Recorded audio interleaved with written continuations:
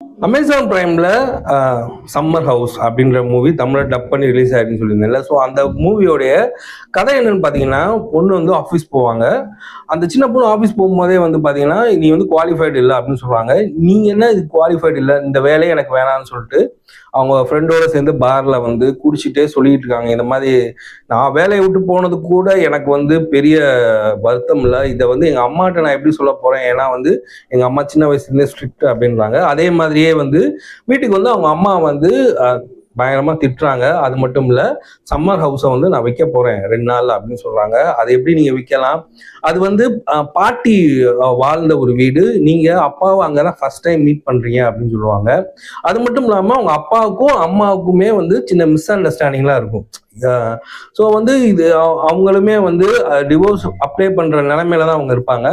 So வந்து இதெல்லாம் வந்து அவங்களுக்கு பயங்கர ஒரியா இருக்கும். ஸோ அடுத்த நாள் என்ன செய்றாங்க, சார் வீடே விற்க போறாங்க, நம்ம வந்து சம்மர் ஹவுஸ்க்கு போயிட்டு வரலாம்னு சொல்லிட்டு அந்த சம்மர் ஹவுஸ்க்கு போவாங்க. அங்க போனா சில விஷயங்கள்னால அவங்க பர்சனல் லைஃப்ல இருந்து பாஸ்ட் 1990ஸ்க்கு போயிடுவாங்க. ஸோ வந்து அங்க அங்க போன அந்த பாஸ்ட் லைஃப்க்கு போனது பார்த்தீங்கன்னா வந்து அதுவே கொஞ்சம் சுவாரஸ்யமாக தான் இருக்கும். அவங்களுக்கு ரொம்ப லவ் பண்ணி நேசிச்ச பாட்டியை ஃபர்ஸ்ட் டைம் பார்ப்பாங்க.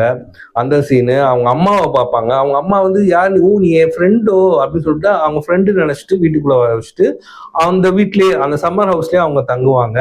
2 பேரும் சேர்ந்து அப்படி வெளியெல்லாம் போவாங்க. அவங்க அப்பாவுக்கும் அம்மாவுக்கும் லவ் மேரேஜ் தான் நடந்திருக்கும். ஸோ வந்து அவங்க அம்மாவும் அப்பாவும் எப்படி மீட் பண்ணுறாங்க அப்படின்றதெல்லாம் அவங்க பார்ப்பாங்க. அவங்க அப்பா ஃபர்ஸ்ட் டைம் மீட் பண்ணுறதே வந்து ரொம்ப சீன்ஸ்லாம் ரொம்ப நல்லா வச்சுருந்தாங்க. பாட்டிமாவும் பயங்கர ஸ்ட்ரிக்ட்டு.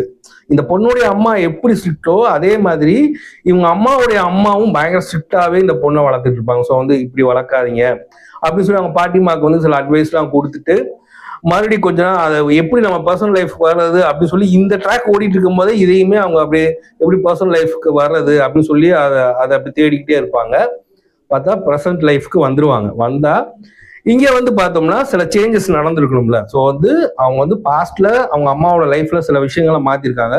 ஸோ ப்ரெசன்ட்ல வந்து அவங்க அம்மாவோட லைஃப் ஸ்டைல் மாறி இருக்கணும். ஆனா வந்து அப்படி எதுவுமே மாறி இருக்காது.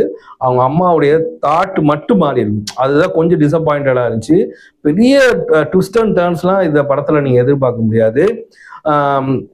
அவங்க அம்மாவும் அப்பாவும் ஃபர்ஸ்ட் சீன்ல பாத்தீங்கன்னா மிஸ் அண்டர்ஸ்டாண்டிங்கா இருப்பாங்க.